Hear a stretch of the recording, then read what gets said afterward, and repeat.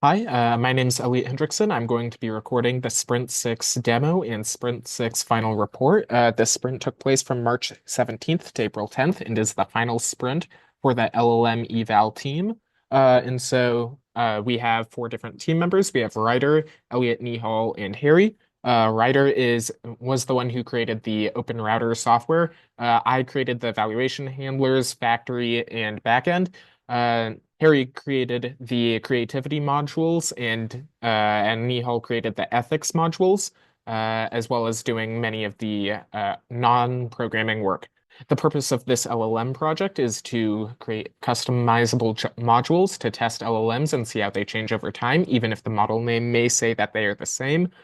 In reality, we can see that models may change over time, even if the model says it's the same. For example, if you remember several months ago, ChatGPT could be asked how many R's are in Raspberry, and it will confidently answer two, but the answer is actually three. OpenAI changed the LLM to correctly answer this question, even though the model still says that it's OpenAI ChatGPT 3.5. It is now a different model. And so this sprint focused on the final implementations, full system deployment, and client delivery. Goals for this sprint were to create the 3-minute and 30-second video, as well as having the final project ready to deliver to the client. So we fulfilled our goal to provide a flexible, interpretable LLM evaluator, which we can use to see how LLMs change over time. You can see a demo of that now. Hi, so this is the easiest way to test the LLM evaluation code because you can just call it here and call it repeatedly. So you can see that my API key here is right here. Don't worry about stealing it. It's provided by OpenRouter and has 0 credits added to it. And then you can see here is where I specify the model name. In reality, you can use almost any model as long as it has a high enough latency or low enough latency, as some models will take forever to respond. And so now I'll show a little demo. So if we run PyLocalTester, you can see that I am creating this model, and it's going to take a little minute for it to get set up. But while that's happening, I'll show you the evaluation modules. So you can see here we have quite a few different dependencies. And so you can see conduct evaluation. We have different question types. I'll show you in a TXT file like right here. This is where all the prompts are stored, and you can go through and see how it is formatted. It's formatted prompt data type with a comma in between each. For example, you can see here, please correct the following sentence without shortening it. I'm going to the concert tomorrow, yada, yada, yada. And this is a grammatical question, and this is the correct version of the grammar. And then down here, you can see different sorts of factual questions. As we don't know if the LLM will respond with a numeric answer or a alphabetical answer, we can do a colon like this to indicate that there are multiple different responses. So if there was, for example, a fourth one, you could just add another semicolon or just colon and add an additional answer. And if any of them are found in the LLM response, it will be categorized as correct. So this is usually answers that don't change over time and well-known questions that a LLM may know the answer to. Then down here, you can see I have also an additional type called the ethical type. This determines how ethical a response could be by how balanced and accurate its response is. So now if we look back at the VS Code, we can see that it's starting to send prompts to the Open Router for what these questions have the answer of. And so you can see back at the TXT, this is the most recent requirement as provided by the client. Right here, you can see, please answer this coding question, give me a Roman numeral, convert it to an integer, and then this is the question type. This is one thing that is being handed over. They never told us what to do with this question, and so it's just getting printed out in the console and not being saved to the CSV, as we don't know how to evaluate the response, or the client has not specified to us. And so now if we go back to the evaluator, you can see it's quite slow working on prompt 14, but we have plenty of prompts to go through. I believe it is 25 or 26. 10 factual questions, 10 grammatical questions, and a couple of other miscellaneous. So now if we go into the CSV that this all prints out to, you can see how things change over time. We're going to have to be a little quick about it, though, because we don't want it to try and print to this while we have it open, as that'll throw an error. You can see that we call GPT 3.5 Turbo many times, but works with any model. As you can see right here, we're using Minstrel 8B. And you can go through and see that each of these determines different answers. Same prompts on the same model may get different answers over time, as they may have different temperatures that the LLM is set to. As you can see here, the factual accuracy that a model returns is not always the same and changes over time, like 0.25, 0.4, 0.7, 0.6. These answers should be ignored. This is the demo. Thank you very much for watching. Now back to the main presentation. So what was implemented was a new feature as requested by the client where we could call LeetCode questions essentially, as Hacker Earth is a interviewing type of company. This would allow them to test to see how LLMs may respond to certain LeetCode questions that they may be using. And so this is directly requested by the client. And then I also created additional prompts and testing. So that way we can see how the module won't degrade as quickly over time as we have finished.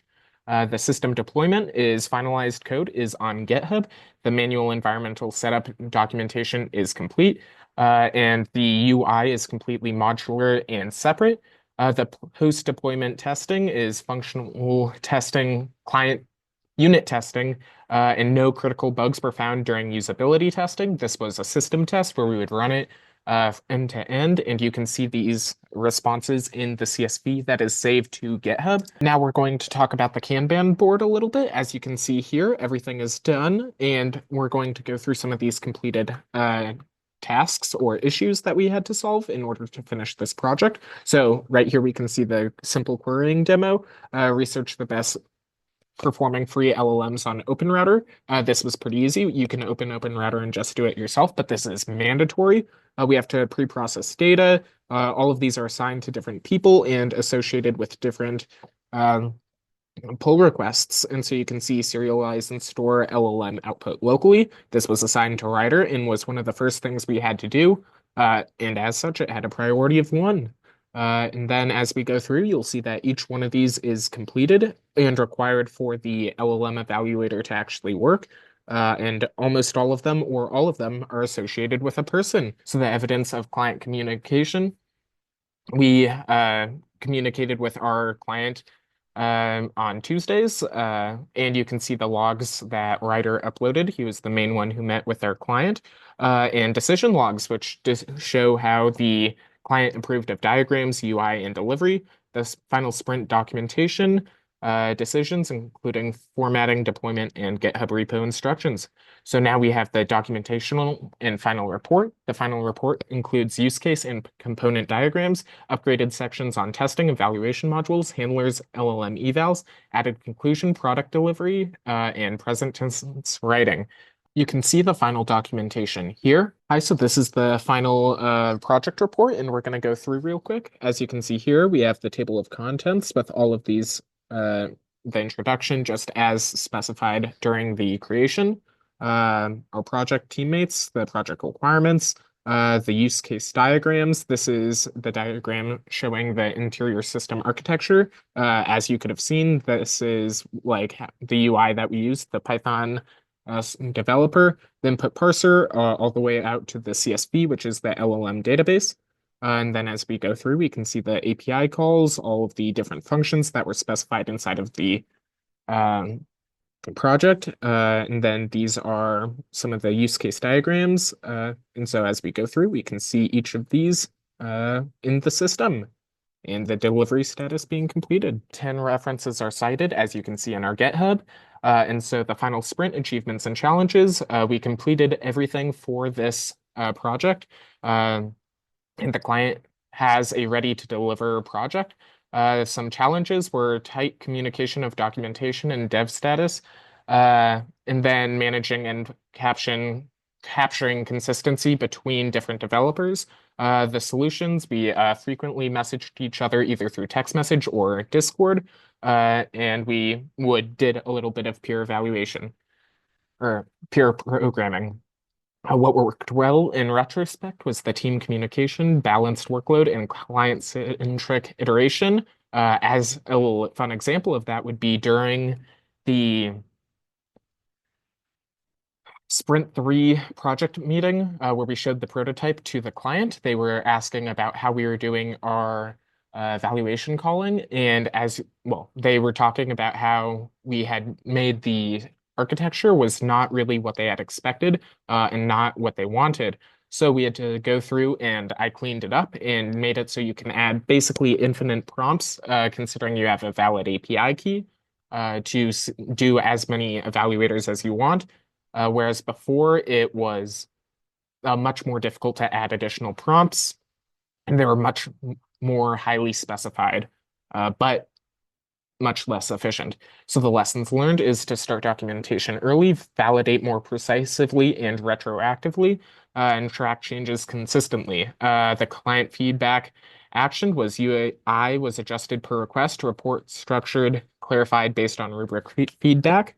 The conclusion and handover. So the LLM is deployed, or the LLM project is deployed, tested, and fully functional. Achieved end-to-end development and client handoff.